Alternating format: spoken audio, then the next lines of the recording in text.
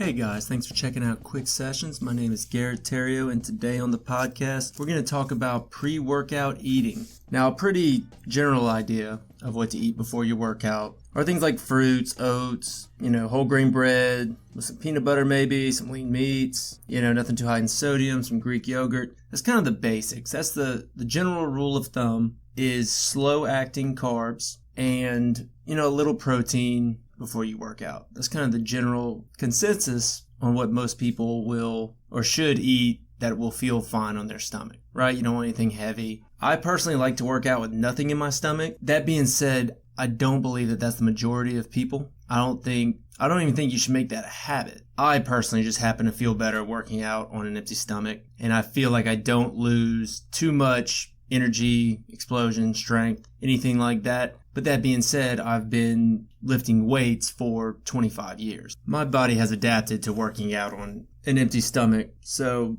while I don't think I'm the model for what I'm about to talk about, I can definitely feel a difference, right? You always feel a difference if you've eaten throughout the day. That's the difference between a night workout and a morning workout. But my personal preference is, I'm laying it out there, I work out on an empty stomach when I can. But what I'm going to focus on is working out with food in your stomach and the different types of people and what they should eat. Because while there is a general rule to follow, each person works out in their way, and there are ways to eat to help improve your performance in the gym. So I'm going to start with probably the most common. It's the people that are trying to build muscle. What do you want to eat before you get to the gym if you want to build muscle? Well, first of all, you want to do it 1 or 2 hours before. You don't want to eat right as you're walking in because your body's just not going to absorb those nutrients that quickly. So give yourself an hour or two. But the main rule of thumb, like I said earlier, is the slow digesting carbs. And that's your brown rice, your oats, Ezekiel bread. You could even do like whole wheat pasta. That's fine. You need about 20 to 40 grams, depending on how big you are or how many calories you're actually trying to get in. So yeah, about 20 to 40 grams of carbs. Now, I know I said slow digesting carbs is the main thing that you should eat, but it's also good to get a little bit of fast-acting carbs. Now, don't eat a bunch of sugar or anything like that. Try to keep it to fruit like orange. Banana's good. Banana really is the power fruit for pre-exercise eating, but an apple's fine too if that's what you have. Go for it. And last but not least, of course, is the protein. Now, we normally associate protein with post-workout meals to get in during that anabolic window that we talk about. But the truth is, as long as you get it around your workout, you're going to be fine. Because the body's always digesting. It's always trying to synthesize that protein. So getting some before is normally a pretty good idea. And the reason it's such a good idea is protein is full of these things called amino acids, which if you listen to this podcast, I've talked about a handful of times. And these amino acid rich proteins are so essential because what it does, it gives you a positive nitrogen level, which stimulates the highest level of protein synthesis. So actually eating the protein puts your body in a state to where it can absorb protein. It helps itself. But now when you get your post-workout protein, your body's already in that positive nitrogen state to where it's ready to absorb it all. So you will get a more efficient meal post-workout also if you take some protein before you lift. So that's for the big gainers. That's the guys that want to gain muscle. But what if you're trying to lose weight? What if you're not too worried about muscle? You, of course, want to exercise and tax your muscles a little bit, but what if you're trying to lose weight? Well, you definitely want to avoid the fats and proteins in general. And when you lose weight, you want to avoid too many fats, but pre-workout, protein is not as much a priority. You still need the slow digesting carbs because that is your main source of energy when you get into the gym. So things like, banana, granola, apple, quinoa's fine. The whole grain bread I talked about, a bagel's fine, raisins, anything like that. Keeping it between 100 and 300 calories. So,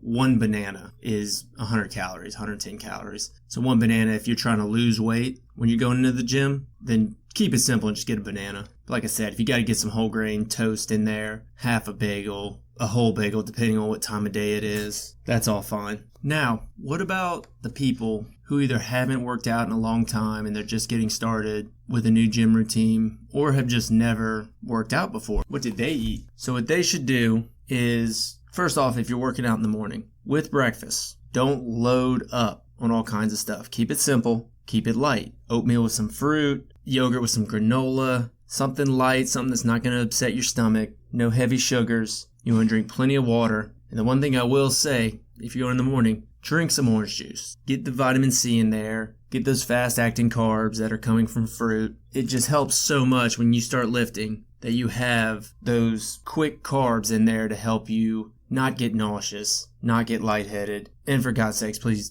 just bring a Gatorade. If you have not been in there, have something that can replenish you. Because if you start working out and it's been a long time or you've never worked out, your body is going to eat up all that glycogen, all that energy in your body, no matter what. And something like a Gatorade is so good at replenishing it. And there's plenty of other brands you can get. I'm just saying Gatorade because it's the most widely available and it's proven to work. I can't tell you how many times I've had new clients that do a set of step-ups and all of a sudden they're lightheaded, do anything with their abs, especially core and legs. So first of all, if you're first time going to the gym, try to avoid those two things. But if you do, you need those sugars because your blood sugar's dropping. Whenever you are stressing your muscles, they're trying to eat more energy and there's just nothing there. Your capacity for energy is so low at that point that you just have to replenish it. I would say sip the Gatorade through the whole time, some intra-workout carbs, whatever you have. Now, if you're working out in the afternoon, the tips I would have for you is, number one, drink a ton of water. You don't want dehydration. That's one of the biggest causes of lightheadedness and nausea in the gym is dehydration. During your lunch, get some extra fruit in there. Eat a little bit, not a heavier lunch, but a little bit more stuff. If you got grilled chicken for lunch, eat a few ounces more. You're going to be fine. Add some fruit to it, add some vegetables.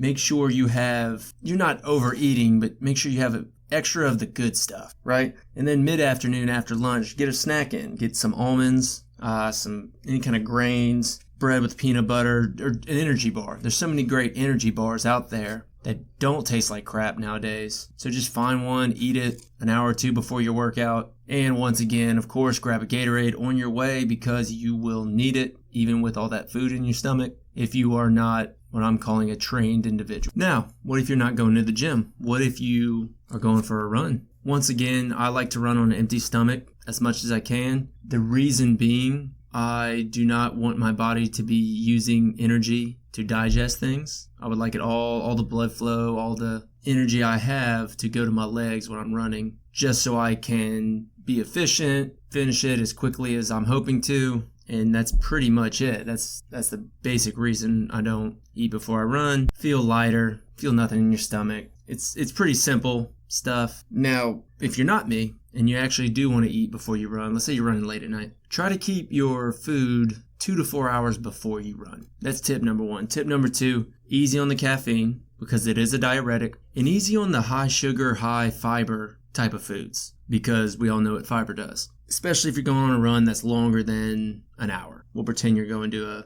8-mile run. But if you have to eat 2 to 4 hours before, keep it just like the gym. Stick with the bagels, the oats, the bananas, an energy bar. You don't need a ton of fat. You don't need a ton of protein. Well, back up. If you're going to a sprint workout, because that's technically running too, right? If you do a sprint workout, I would say get a little protein because sprints are so muscularly intensive, especially on the fast twitch muscles, which when you're in the gym hitting weights, fast twitch muscles are the main movers of the weight. So it only makes sense when you're sprinting and you're exploding and you're hitting the ground at such a high rate of force, get a little protein 2 to 4 hours before and make sure there's protein in your meal after. If you're doing a sprint workout, treat it like a gym workout as far as your post-workout meal is concerned. So that's about it. I hope something I said helped you out. People are always asking me what to eat before the workout. And the truth is, it's all pretty much the same. Just depends on how much you eat, if you add protein or not. But to outline it, general idea, oats, bananas, grains, all great. Slow digesting carbs is the key. You can look at a glycemic index, find the side that has all the oats on it. Anything around there, you're good to go. All right, guys, thanks for checking out Quick Sessions Podcast. You can download us on the Apple Pod Center and on Spotify. While you're there, please give us a 5-star rating and some reviews. You can also follow us on Instagram at Quick Sessions Podcast and also on Twitter under the same name. All right, guys, appreciate it. See you soon.